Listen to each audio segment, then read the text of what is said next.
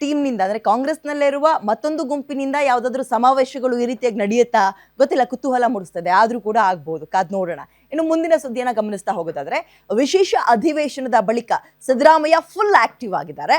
Budget ಅಧಿವೇಶನದವರೆಗೂ CM ಬದಲಾವಣೆಯ ವಿಚಾರಕ್ಕೆ break, ಇದನ್ನೇ ಹೇಳಿದ್ರು. ಇನ್ನೊಂದಿದೆ ಅಂದ್ರೆ ಅದು ಬಡ್ಜೆಟ್. ಚಳಿಗಾಲದ ಅಧಿವೇಶನ ಆಯ್ತು, ಎಲೆಕ್ಷನ್ ಮುಗೀತು, ಈಗ ಜನವರಿ ಬರ್ತಿದ್ದಂಗೆ ಅಂದ್ರೆ ಸಂಕ್ರಾಂತಿಲಿ ಏನಾದ್ರು ಆಗ್ಬೋದು ಅಂದ್ರು ಇಲ್ಲ, ಅದ ಜಂಟಿ ಅಧಿವೇಶನವನ್ನು ಮುಗಿಸ್ಬಿಟ್ರು. ನೆನ್ನೆಗೆ ಅದು ಕೂಡ ಮುಕ್ತಾಯ. ಇನ್ನು ಒಂದು ಉಳ್ಕೊಂಡಿದೆ ಹಬ್ಬಬ್ಬ ಅಂದ್ರೆ ಏನು ಅಂದ್ರೆ ಅದು ಬಡ್ಜೆಟ್. ಬಡ್ಜೆಟ್ ಆದ್ಮೇಲೆ ಏನಾದ್ರು ಆಗುತ್ತಾ? ಸೊ ಬಡ್ಜೆಟ್ ತನಕ ಅಂತೂ ಈ ಬದಲಾವಣೆಯ ಕೂಗಿಗೆ ಬ್ರೇಕ್. ಅಧಿವೇಶನದ ಒಳಗೆ ಅದು ಬಹುಶಃ 100ಕ್ಕೆ 99% ಹಂಗೆ ಇದೆ. ಬಜೆಟ್ ತನಕ ಯಾವುದೇ ರೀತಿಯ ಚೇಂಜಸ್ ಇಲ್ಲ ಅಂತ. ಅಧಿವೇಶನದ ಒಳಗೆ ಸಚಿವ ಸಂಪುಟ ಪುನರ್ರಚನೆಗೆ ಸರ್ಕಸ್ ಮಾಡ್ತಾ ಇದ್ದಾರೆ. ಒಂದ್ ವೇಳೆ ಅದಾಗ್ಬಿಟ್ರೆ, ಸಿದ್ದರಾಮಯ್ಯ ಅವರ ನೇತೃತ್ವದಲ್ಲಿ ಆಗ್ಬಿಟ್ರೆ ಅವ್ರು ಗೆದ್ದಂಗೆ. ಅಲ್ಲಿ ಸಂಪುಟ ಪುನರ್ರಚಿಸಿ ಸಿಎಂ ಸ್ಥಾನ ಸೇಫ್ ಮಾಡ್ಕೊಳ್ಳೋಕೆ ಪ್ಲಾನ್ ಇದು.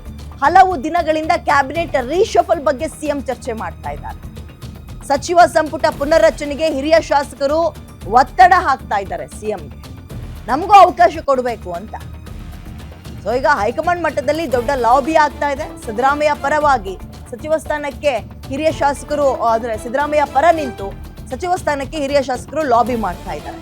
ಹೈಕಮಾಂಡ್ ಗ್ರೀನ್ ಸಿಗ್ನಲ್ ಕೊಟ್ಟು ಬಿಟ್ರೆ ಸಂಪುಟ ಪುನರ್ರಚನೆ ಮಾಡ್ತಾರೆ. ನಾವೆಲ್ಲರೂ ಮನವಿ ಮಾಡ್ತೀವಿ ಅಂತ ಹಿರಿಯ ಶಾಸಕರುಗಳು ಹೇಳ್ತಾ ಇದ್ದಾರೆ.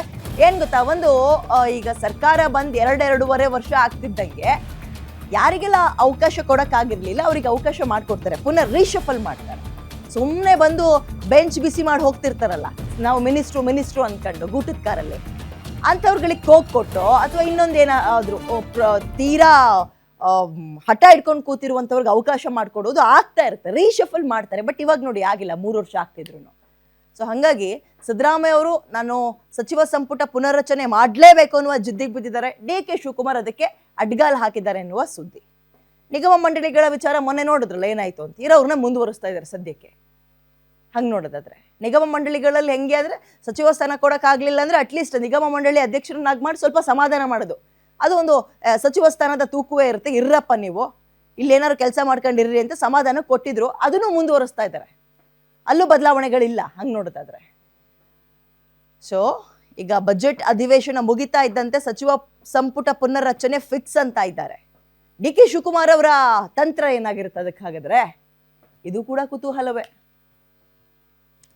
ಮತ್ತಷ್ಟು ಮಾಹಿತಿ ನನ್ನ ಕಲೀಗ್ ದುರ್ಗೇಶ್ ನೀಡ್ತಾರೆ ಇದ್ರ ಬಗ್ಗೆ.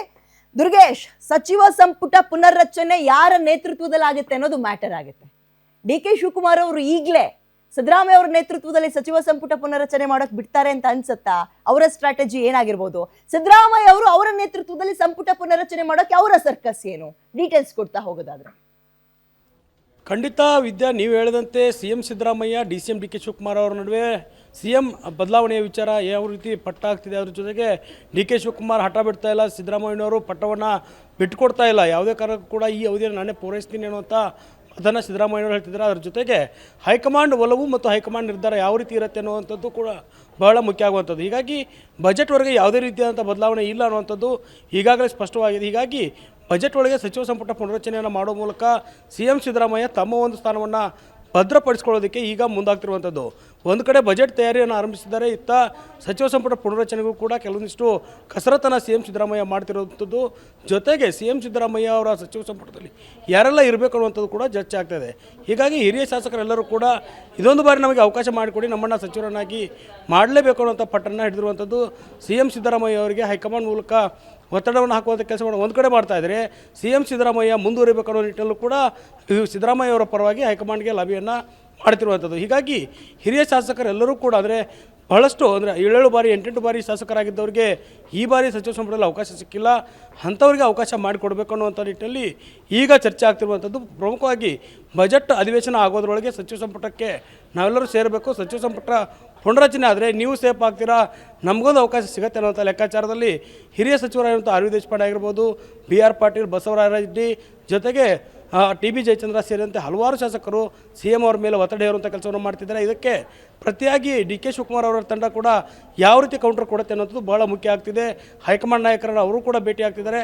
ಈ ಒಂದು ಬಜೆಟ್ ಅಧಿವೇಶನದ ಬಳಿಕ ಹೈಕಮಾಂಡ್ ನಾಯಕರನ್ನ ಭೇಟಿಯಾಗಿ ಚರ್ಚೆ ನಡೆಸಿ ಡಿ ಕೆ ಶಿವಕುಮಾರ್ ಅವಕಾಶ ಕೊಟ್ಟರೆ ಹೊಸ ತಂಡವನ್ನು ಅಂದರೆ ಯುವ ಶಾಸಕರನ್ನ ಸಚಿವರನ್ನಾಗಿ ಮಾಡಿ ಮುಂಬರುವಂಥ ಚುನಾವಣೆಗೆ ಸ್ಪರ್ಧೆ ಮಾಡೋದಕ್ಕೆ ಮತ್ತು ಮುಂದಿನ ಚುನಾವಣೆ ಗೆಲ್ಲೋದಕ್ಕೆ ಯಾವ ರೀತಿ ತಂತ್ರಗಳನ್ನು ಮಾಡಬೇಕು ಅನ್ನೋ ನಿಟ್ಟಿನಲ್ಲಿ ಲೆಕ್ಕಾಚಾರಗಳಿರುವಂಥದ್ದು. ಹೀಗಾಗಿ ಹೈಕಮಾಂಡ್ ನಿರ್ಧಾರ ಯಾವ ರೀತಿಯಾಗಿರುತ್ತೆ, ಮುಂಬರುವಂಥ ಬಜೆಟ್ ಅಧಿವೇಶನ ಮಾರ್ಚ್ 6ಕ್ಕೆ ನಡೆಯಲಾಗ್ತದೆ. ಬಜೆಟ್ ಬಳಿಕ CM ಸಿದ್ದರಾಮಯ್ಯ ಸೇಫ್ ಆಗ್ತಾರಾ, ಸಚಿವ ಸಂಪುಟಕ್ಕೆ ಹೈಕಮಾಂಡ್ ಗ್ರೀನ್ ಸಿಗ್ನಲ್ ಕೊಡುತ್ತಾ, ಅಥವಾ DCM ಡಿ ಕೆ ಶಿವಕುಮಾರ್ ಅವರನ್ನು CM ಮಾಡುವಂಥ ಕನಸನ್ನು ಏನಾದರೂ ಹೈಕಮಾಂಡ್ ಈಡೇರಿಸುತ್ತಾ ಅನ್ನುವಂಥದ್ದನ್ನು ಕೂಡ ಬಹಳ ಮುಖ್ಯವಾಗಿ ಗಮನಿಸಬೇಕಾಗುತ್ತೆ Vidya. Okay, thank you Durgesh ಡೀಟೇಲ್ಸ್ಗೆ.